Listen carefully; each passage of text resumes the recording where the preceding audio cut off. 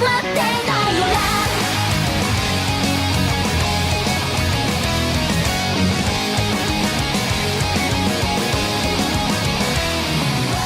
going on, everybody? My name is Tyler. And I'm Luke. And welcome to Holy Heck, I Really Like Love Live. I usually say the episode first. Episode 23 of Holy Heck, I Really Like Love Live. Our podcast where we go in depth and talk about every single Love Live song from the very beginning until right now. And we're at like the very edge of right now for this episode, honestly. Yeah. This is like right now. I guess this is our second video where we've done a song right after it comes out, because we did it with... I think we waited like a month or two for summer vacation and a couple months for Happy Party Train. But now with the OP we waited a week, and with this we waited a week, and from now on it's gonna be a week later, man. I'm hyped. Yeah. So before we get into that, one thing I wanted to say, one little community involvement thing. As you guys know, I don't know what song is playing right now because I'll decide that when I'm editing. But we always play the song that we talk about in the background when we're talking about that song. And in the beginning and in the end of our videos, when we just talk about questions and go over the questions from you guys or give you a new question, I just pick a random one. And I'm tired of picking a random one. So every week I'm going to give you guys, well, I guess we're going to give you, we'll decide, a little straw poll that'll be at the top of the description. And it'll have just 3 random songs every week. And winner, your top 2, I guess, get to be in the intro and the outro. And I guess they'll just be changed up every week. So that'll be pretty hype. We'll just throw like, I think we can do like 5 or 6, and then the ones that don't win just stay in the poll for next week, and we put 2 random ones in for next week, and we just keep doing that. And if some songs just stay in 5th and 6th place the entire time and never get out of straw poll hell, then that's unlucky. Sorry, baby, maybe coin no button. What are you doing there? What are you doing? What are you doing down there? You gotta get out. So last time we asked, what is your least favorite song from your favorite subunit? We got one coming in from Panajamas. That was I had to practice saying that name. And it's a good picture. He's got the pana in the pajamas, so that's in the nice. Pajamas. Kotori's there. Maybe Kotori's is their sister or something. She's off camera. For Lily White, I like to think I like the majority of their songs, but Kimi no Kuse ni is easily my least favorite for them. The song certainly is not a harsh listen like you guys mentioned, but I find it kind of boring. The backing doesn't quite catch my interest, and I find the vocal work to not be as strong as in their other songs.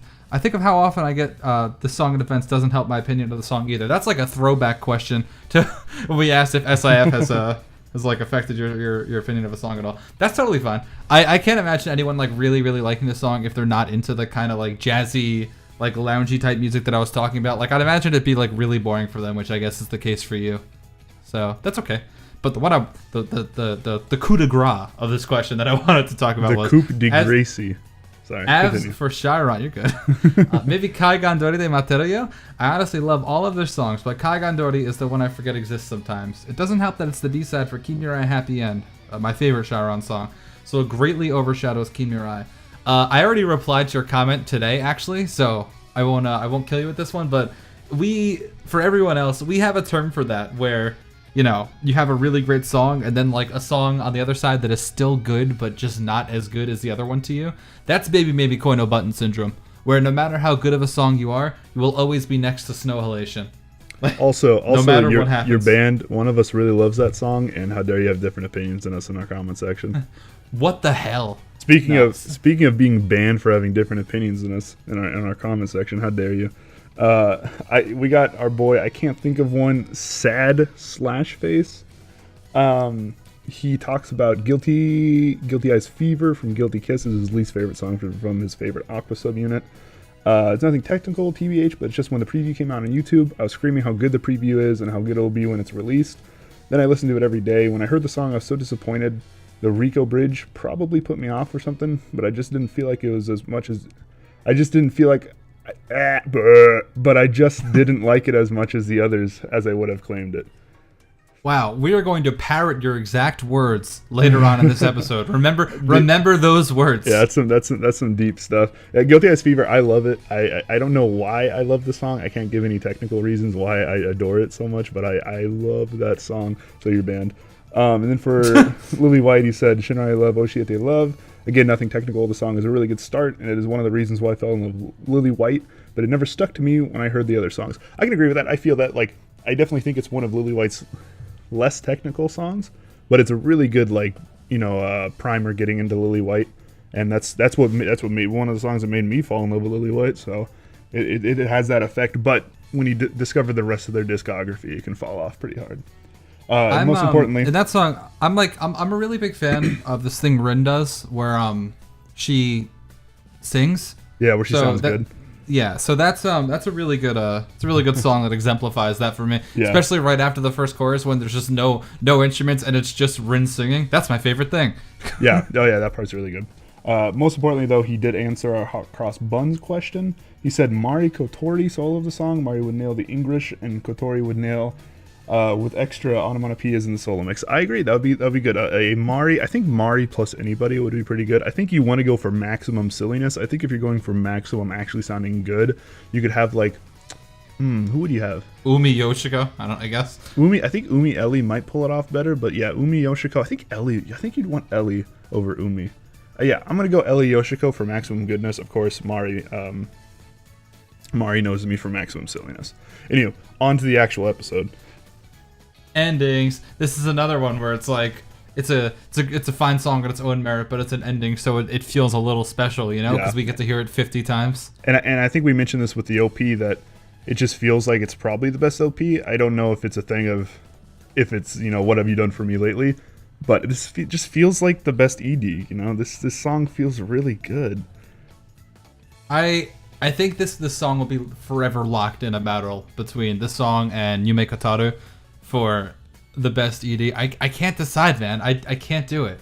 Like, some days I just lean like 100% towards Yume Kotaru, but after listening to it 17 times today, this song, I think I might have Stockholm Syndrome myself into liking this more. I just don't know. I think the season 2 SIPOP would be my favorite if I had watched it when it was releasing. Because you had to watch the ED for every episode to see what was going to happen and who was going to catch the feather. But man, it's just like, there's so many, all 4 of the EDs are so good and all 4 of the OPs are so good. This is unfair. We lose no matter what. Play the song, which by the way... Flip a four-sided coin. Flip a 12-sided die. Play Yuuki wa doko ni Kimino Mune ni. There we go. That's a mouthful, Jesus. Was that your by the way? Was that what you're going to say? Which by the way is called? Yeah. Oh, okay. I did. I kind of like jumped in there with talking about 4-sided coins, and it's kind of ridiculous. But it's.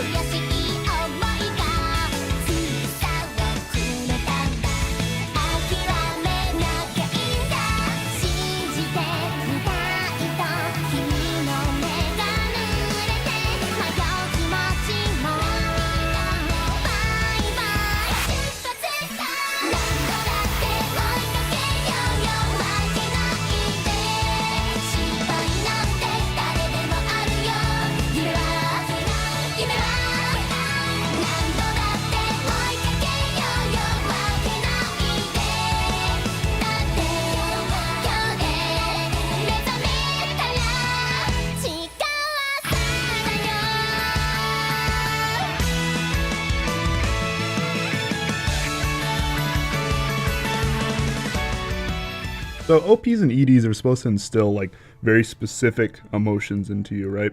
Right. OPs usually instill an emotion that will carry into like the show, right? So like shonen shows would show like a battle scene off, It'll be it'll be really hype and show off like a battle scene, Slice of lives are usually more mellow and like comedic, really calm, Yeah, really mellow, comedic, stuff like that. But shows like this, where it's about music, will be them doing music generally, And EDs usually try to inspire the same emotion, and the emotion is, of hope and kind of like fun, like we're like this isn't the end yet. Like we still got a whole lot of reaching out still left to do, that kind of. Yeah. And the hope that's instilled can be like a bunch of different things. It can be the character's hope of, you know, whatever their journey is, and their journey in this show, of course, is winning Love Live and trying to save the school.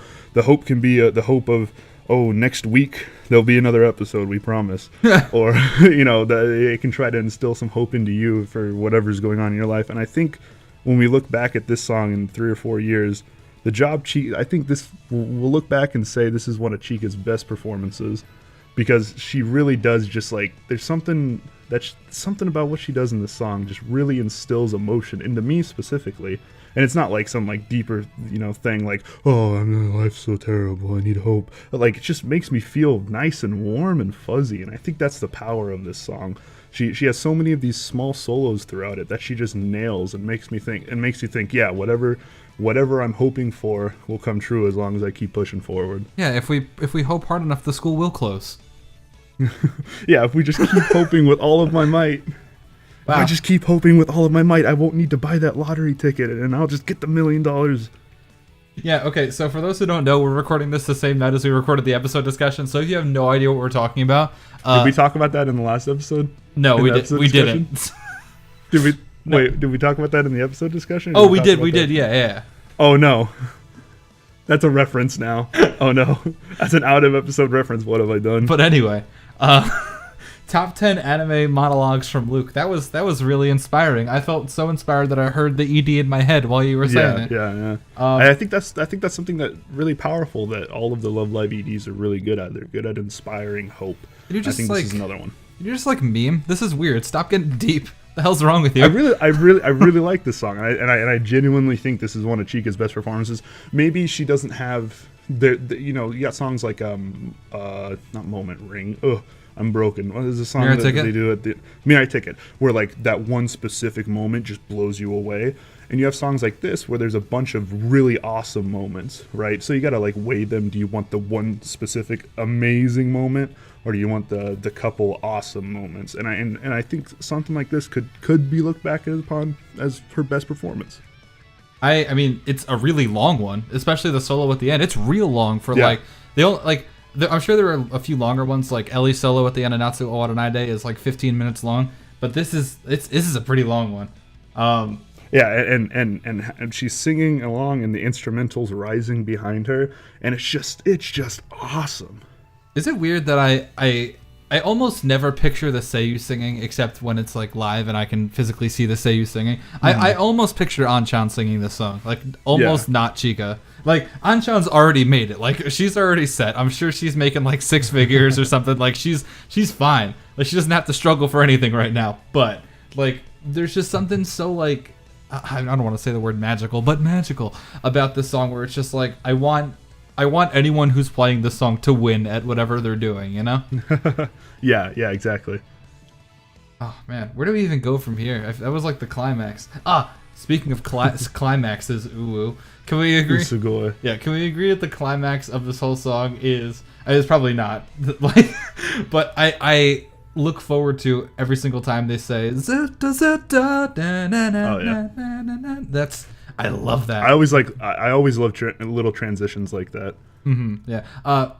They might not be saying Zuta Zuta. That's what I'm hearing. And it's not on the lyric page, so sorry. Shuto. Shito. Do we have to? Shuto. Do we have to? Yeah, I think we got to umi those out. But it's in Japanese. Ooh, you're right. Is that even a word? It is. That's how you say it in Japanese. Oh, really? Yeah. Shito. Well, we gotta umi it out only for the Japanese version of our podcast. Okay. Only for the one that goes on. Only for the one that goes on. Nico Live. Yeah. Oh man. So we got the piano intro that we're always used to, like the kind of little. It's so sad to hear the piano intro at the end of every episode because that means the episode's over, you know. Mm-hmm. And it's like, especially if you haven't looked at the at like the actual timer in a while, so you don't know like where in the video you are, like the little slider. I mean, you kind of get an idea because you get like a giant like rabba rabba sunshine in the middle of the episode, like when they would go to a commercial. Mm-hmm. But like, oh man, like you never see it coming, and then it just happens, and oh man. I think that's one of the strengths of just Love Live as a series is its timing, whether it be like comedic or dramatic or something like this. They always do an excellent job of like starting this intro at the perfect part where it will like bring your emotions up, you know? It's so good. You're right. Love Live's timing in its series is terrific. Man, it's real good.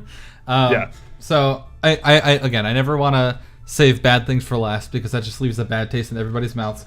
So one thing I do want to say about the song that I'm not a fan of, and this is not unique to this song, is it does fall under the traps of a lot of the other OP and ED songs where a lot of the solos seem shoehorned in because they want to have solos in there and they're like, they got to condense time. You know what I mean? Yeah, in the second verse, everybody gets a solo. That's exactly what I was talking about. Yeah, the second verse. Which is unfortunate because I really like what they did with the first verse, where they have Chica, and then I think it's Chica, Rico, Yo sing in that order, the small verses, and then they have the other 2 years do year solos, and I'm like, well, that's a cool kind of unique way to go about it, where you give the main characters the second years their own individual, and I'm like, wow, this is really good. Yeah, as that's much good. second year's love as we gotten so far, like I still think it's pretty cool. Yeah, I mean, like, what can you do? They're the main characters. Like, yeah, they're gonna get more. It's fine. And it that plays really well with how they actually do the ED, right? I really like the actual, you know, the video like that's playing the physical PV. video, yeah. Yeah, the physical PV. Yeah, Chica's ass again. Yeah, we get Chica ass. Like, okay, I complain about the My Hero Academia opening where All Might standing on the pole for like 10 seconds. I'll take Chica's ass for a long time. Chica's ass running, and like I love it. Looks so good because she's like almost running in time with like the beats and the music, and it looks looks great. My personal favorite part of the ED is the episodes all the girls have on the buses, on the one bus, they're all having like they're all having individual problems. Like, I really the second years are doing the knee bounces in the background. I love the knee bounces from Hand in Hand. From Hand in Hand, and they're doing the knee bounces again. They just look so happy to be doing them. And like, I would have thought it was really funny if Mari and Kanan came out at the same seat, like in kind of like a ooh, what's this kind of way, but Sugoi. Yeah. But hey, they're like on the other side, and they just show up halfway through, and that's not to mention that like. You are paying attention in that scene because, I mean, at least since the first episode and every time we've gotten the ending, because, you know, we haven't gotten the ending every episode because it's been a song sometimes. But I'm, like, glued to the screen. I'm like, who is going to get off the bus? Like, yeah. Who is it? Oh, yeah. Glued to the screen to see who's going to get off the bus. That's the most exciting part. I think something that's always really cool about the EDs in Love Live, and arguably the coolest part about them and how unique they are, is whenever there's a character episode, those characters, if it's multiple, tend to sing the ED, and that's so cool. Oh, yeah. So what's your favorite ED mix? Right now? Right now. Tell me the answer right now. I've given you no time to think about it. Literally zero time to think about it. Is it Daya or let us know down below. It might be Rico Yoshiko, just because I like the vocal combination. I haven't listened to them both closely. I don't know. It's either going to be Daya or Rico Yoshiko. How dare you not know this exact answer right now? It's Daya's. It's Daya's. Ding, ding, ding, ding, ding. The year of Daya continues. Yeah, the year of Daya continues with this song and a pretty neato burrito solo in the next song. Mm-hmm. Well, I guess her solo version of this song, because man, is it good. So let's talk about the actual like instrumental of the song. First of all, it's a banger. Yeah. Before we leave the Zuta Zuto train, the second verse in particular is really cool because they do the Zuta Zuto again, except they pause and then just strings take you right into the chorus like Zuta Zuto. Yeah.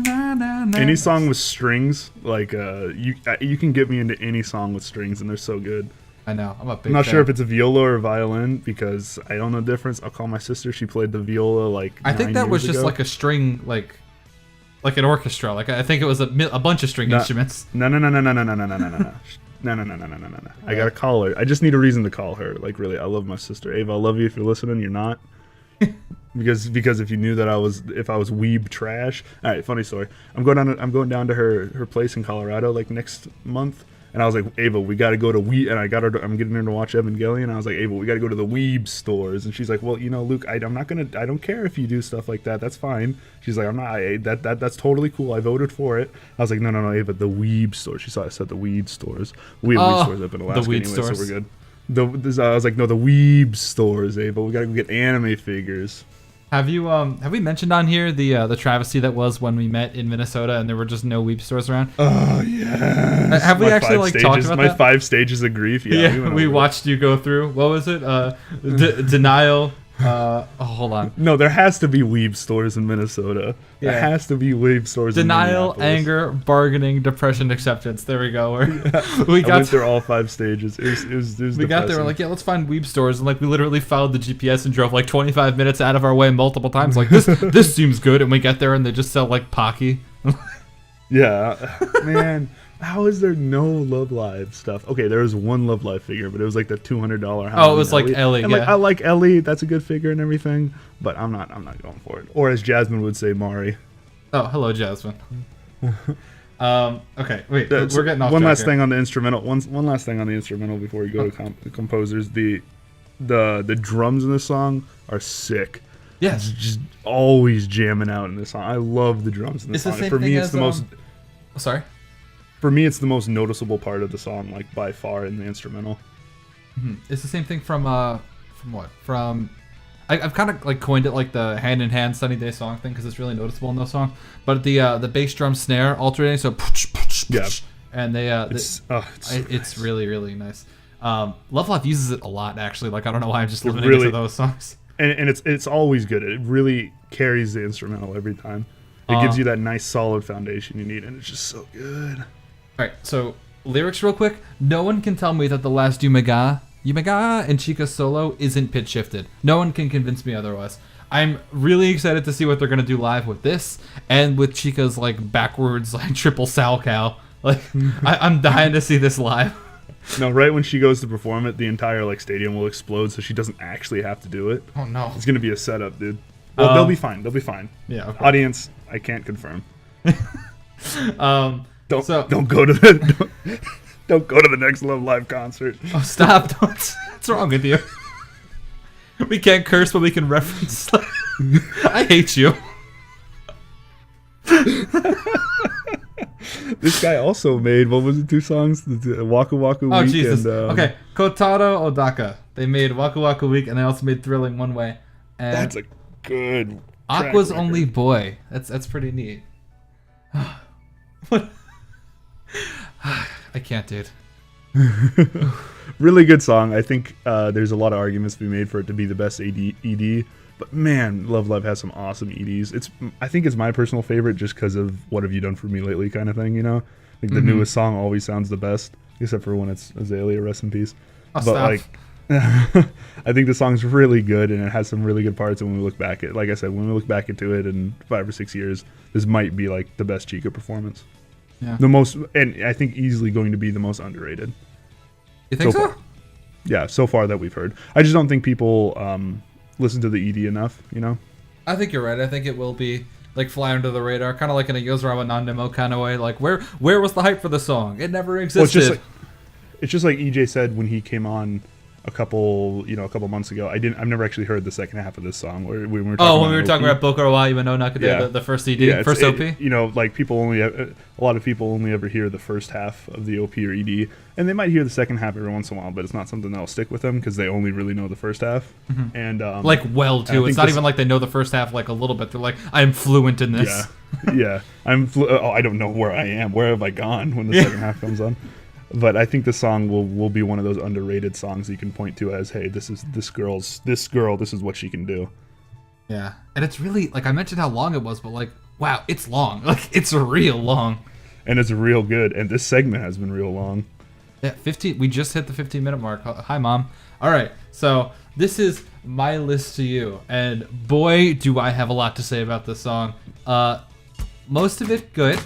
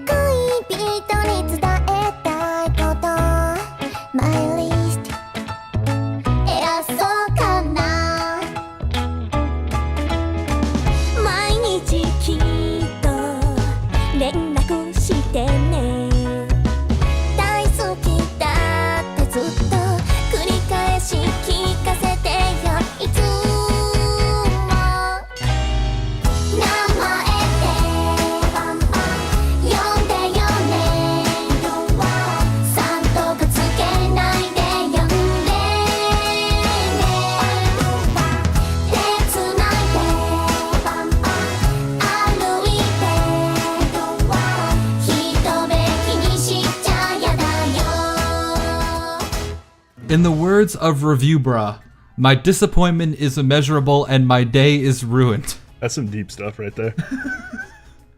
No. Okay, so listen to this. Another song that Tyler hates. No, I don't hate the song at all. So when I was listening to the song for the very first time, as soon as the preview got dropped, I was in a call with EJ and Luke, just kind of hanging out. And I was like, oh, check it out. You know, we can listen to this. Because it's been out for like the whole day, but I wanted to wait for at least Luke before I listened to it. So we listened to it. And as soon as I realized like what kind of song it was, like all it took was like the first like, bop. And I was like, I know what song this is. This is great. Like Atlantis, like they had like a list of things that must be done for this song. It's like, we must have this, we must have this. And at the very bottom of the list, there was a checkbox that says, we have to make this song so Tyler likes it. And they checked the hell out of that box. They're like, this song was made for me. And I don't have any doubt in my mind. They dropped a pen from somewhere and it hit, and nobody corrected it. Yeah. So why if I love this song so much, why is my disappointment immeasurable and my day ruined? Well, let me tell you. I'm a big Ruby friend, okay? I believe that one of the reasons she is so low on everybody's like tier list, and especially in Japan, is because that she really hasn't been given too many opportunities to really like show what she can do. And believe me, she can do. I am so upset that in this song there is room for 9 solos, and they give Yo technically 2 solos, and they give Ruby a word. The first time I heard this song, right, listening to it on the way through, I wasn't sure who the first few people were. Like, I know it was Yo. I was like kind of sure it was Mari, but I was like, it could also be a Chika, but Mari, you know. And then we heard Hanamaru, and then I thought Hanamaru led right into the chorus, and I was like, wow, I can't wait till Ruby gets her thing. Well, turns out she already did, and she gets Itsumo. She gets 1 word, and I am very upset about that. Like, he's very salty. Someone come help I am him. very mad. So when I first heard this song, I was like, this is instant top 15, if not top 10. I was like, I am in love with this song. This song is fantastic, and there's no way they could ruin this song for me. Well, I mean, like, the truth is, it's still like top 15 level good. Like, I really do love this song, but no matter what, when I listen to this song, I'm always going to think about the fact that Ruby is borderline not in it, and I'm going to be extremely upset about it. And as always, I want to get the grievances out before we talk about all the good things, but man, that is just such a huge disappointment, man. Welcome to Kanon Hell. Just getting little tiny parts here and there. Like in the older parts of this discography, it happened to Kanon all the time. Welcome to that hell. You're invited.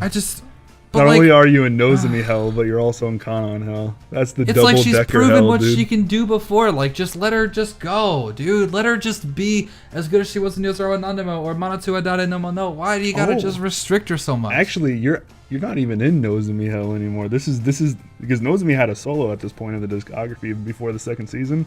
So you're done, dude. You're in a new kind of hell. Ruby Hell is the new name. You're in a new kind of hell. Call it Ruby Hell. I mean, at least we have solo songs on the way, but no Atlantis, they're gonna make it some like toy piano, like xylophone song and make her sing like a kid. My hopes are negative at this point. Can we talk about that? We didn't talk about that. I'm so excited. I am so excited. Oh, the fact that we're getting solo songs? I am so excited. The Blu-ray songs are solo songs. Oh my god, it's so good. I totally forgot about that. I'm so excited. Okay, continue. Yes, hello Mickey Mouse. How you doing? I'm so excited. Except for the fact that they're being released 50 years apart from each other. That's the one thing. It'll be fine. It's just Blu-ray songs. You know what's not fine? Okay, fine. so I've been talking about how I couldn't wait for Muse Solo Mix Volume 3 to come out, and I was like, how are we gonna wait until March? Well, Ruby and Diaz are in April, so we gotta wait even more for the things that I want. Is that the last one? Is the Ruby Diaz the last one? No, there's one that's coming out in May and maybe one in June. I'm not positive. Yeah. The full unit one comes out in June, I think. Okay. So we got decades to wait, but still, I'm so excited. Okay. Well, that's everything bad I want to say about this song. Like, I think this song is fantastic, but I can't believe I don't even want to imagine how Furuden felt going into this, and they said you get 1 word. Like, she's like, okay, well, you gonna keep paying? You gonna pay me for that 1 word? You're probably right. Like, probably doesn't care about Ruby as much as we do. Itsumo. Itsumo. I'm just so I will never forgive Lantis for doing this. Like, this is so dirty, dude. This is You know is when grind. you used to play Halo 1 on PC and you changed your name to your mom and then you would go around team killing people and it would be funny to say your mom killed and then whatever their name was and then the game would say betrayal betrayed. Yeah, that's you now. That was way longer than I could have just said. Remember in Halo when it said betrayal betrayed, but I needed to put it that your mom thing because that was really funny when I was 8. Let's talk about good things, please. Song's got the solos. Obviously you're very salty and upset, but let's talk about the other 8 solos. They're really good. Okay, yes. Let's talk about Yo's solo. It's one of Yo's best performances ever, IMO. Let's talk about Daya's solo. It's probably the best Daya solo ever, IMO. Oh, it's so good. Okay, I relate to Daya. Like Daya and I have this connection where I guess I should say more like Orisha. Orisha, she's trying her best to keep that flat demon in. She's fighting it back. She just We're talking about flat as in pitch, not flat as in whatever you might be thinking. Yeah. Flat pitched because she sings kind of naturally flat pitched, and so do I. When I was in high school, so I had to fight that flat pitched demon. I had to do battle with it at every concert, and she is kicking its butt, and it is awesome because she really destroyed. Like, this is a weird song. Like, everybody sings these like much higher than normal songs. Like even Mari's solo is kind of that way. It's like it doesn't even sound very Mari because she's like controlling her pitch really well. So it's very jarring. Yeah, that was like my confusion with it. I was like, this sounds like pitched too well to be Mari. That's why I thought it could like even be Chica. Yeah, I thought it was like, Chica at first also until the English came up and I was like, But it was just like, it's just so like Daya's one of those characters where Mari's one of those characters where it's just like, oh, it's Mari. As soon as she like opens her mouth, you know, and like even this time it was just like, wow, okay. And these kind of songs are the exact kind of songs where you can do weird stuff like that because it's easier to when you're delivering your lyrics slower, it's easier to pitch them a certain way, obviously, right? And so songs like this are exactly when you can keep the flat demon in and really kick its butt. And man, Daya just nails this solo. And I know, like, obviously I'm the biggest Daya. It's like oh, I listen to the song and I'm like, what the heck? I like Daya now. And WTF? I love Daya now. WTF? I like Daya now. But this is just it further accentuates. Maybe if you look straight at it, maybe she hasn't had the best vocal year out of all the girls, but she has had by far the biggest improvement out of all the girls. Year. And this has been a really, like, if she was playing in the NBA, she'd been most improved. She went from scoring like 2.3 a game and like 3 assists. She's putting up 20 now. Like, still not the best in the league, but like doing really good. She's putting up a double-double almost every night. Rare. It's not that rare. I don't. Is that good? Yeah, double-double's pretty good. It's where you have 2 stats in double digits. She's putting up for points and assists every night. Yeah, man. She was the what's it called? The quadruple double bypass where you have the quadruple double where you eat that KFC chicken sandwich. Yeah. What's the stat you were talking about? You were like, yeah, quadruple double that Wilt Chamberlain that only like 3 people have done, and all of them have been Wilt Chamberlain. Right, the triple bypass burger. Yeah, the triple bypass burger. Yeah. So I think Bill Russell did one. Have we talked about the song yet? I don't know. Have we? This is one of the reviews where you like get into it. You're like in 10 minutes in. You're like, did we do anything yet? Are we 8.5 minutes in and haven't talked about the song? I know. I went on a 5-minute rant. It's like it's all been black since then. But, yeah. You were just seeing red and you couldn't stop. You thirst for blood. Okay, let's talk about the instrumental of the song. It's a YouTube ad. This song's trying to sell me Febreze. Holy hell, it is. Is it okay? What is that called? Where they just like send subliminal messaging. This is subliminal messaging to go buy some Febreze Breeze, dude. Oh my goodness. This is just an ad for like the up and coming like Aqours air freshener that's coming out. This is a YouTube ad, and the doo-wops do not help it. I think they help the songs be really good. No, they help the song be really good, but it just adds a little bit more to the YouTube ad. No, I think that's by far the highlight of the song. Like, this is like the solos are good, but they hear these doo-wops. When you don't skip the 5-minute ad that is GMOI, this song starts playing. This is the secret summer vacation song. Yeah, we talked about that. We were like, this is the secret 5th summer vacation song. It almost feels like it would fit right in with that CD. Like if they needed a full unit, but then they're like, we don't want to do a full unit. I just slapped this on the ED. Yeah, we could never be singing any more than she has to. Come on. Get out your PJ salts in the chat. So something that's really cool is I talked about it in a song recently. I can't remember which one it was. It wasn't Geirusu Hanazono, because that has like a really prominent brass section. But usually in a song where there's brass section, the song becomes about the brass section, right? Yeah, but in this, go ahead. Go ahead. in this song, it's really cool because we have the brass section, but it doesn't just overpower and take over the entire song. It's just there, and it's kind of like a Nozomi. It harmonizes and it just makes the rest of the song sound really good. It doesn't just like make it like this is a brass section song, like, you know, Yeah. it doesn't kill it. It's really hard to do that because brass can just Yeah, brass is grab in things your by the face. balls. Yeah.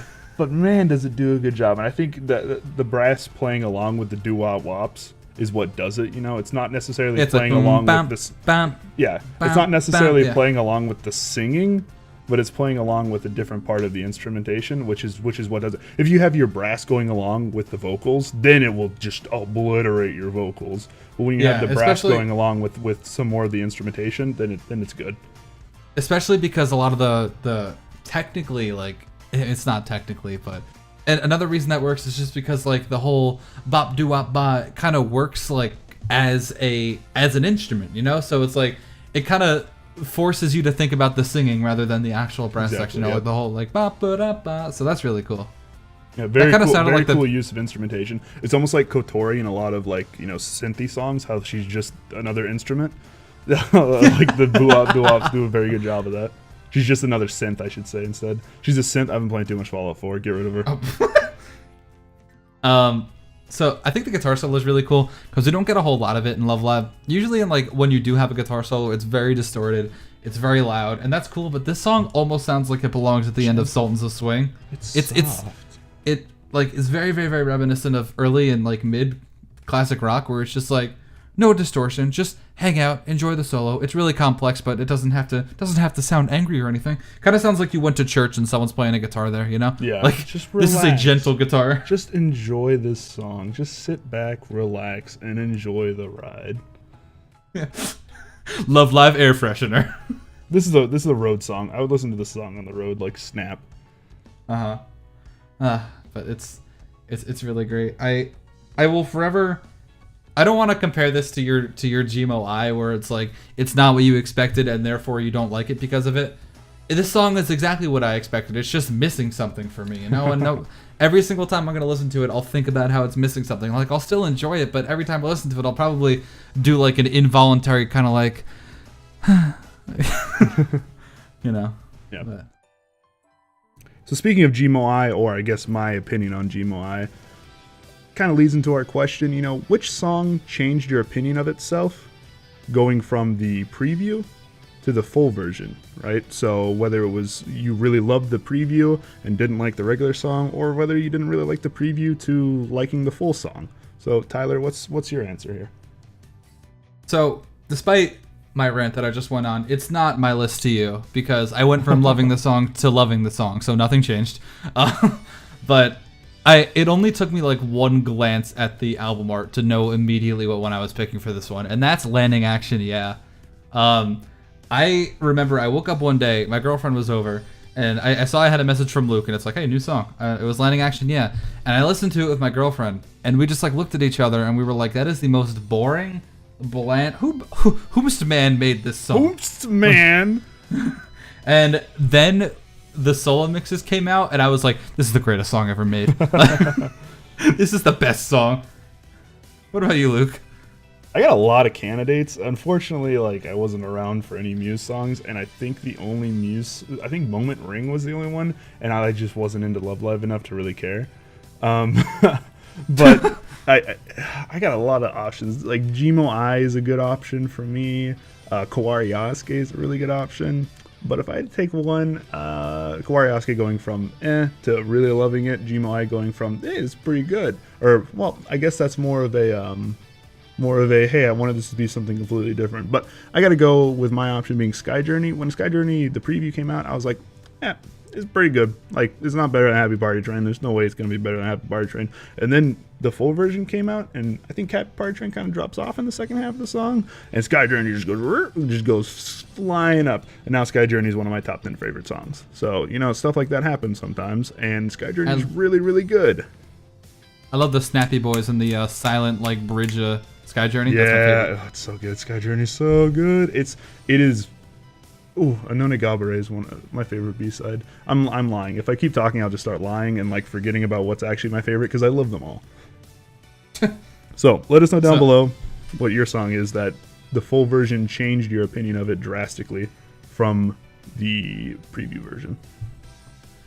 Stick around for next episode because we got some more Muse subunits. We got BB, and that's going to be Cutie Panther and Natsu Owaranaide, so I can finally stop talking about that song and actually talk about that song for and EJ. 15 minutes. And EJ, but you didn't hear that from us. Throwaway 93257 coming back. Yeah, he'll be on for next episode. He'll be the third song that we talk about. Let's analyze his primers. Like, as you can see here, he's an idiot. Like, this doesn't sound bad at all. No, what a we love you, EJ. No, yeah, he'll be on, and we'll have some goofs and gaffs next episode for you guys. So, real excited to see you then. Have a good one, guys. Thank you so much for listening, as always. Goodbye.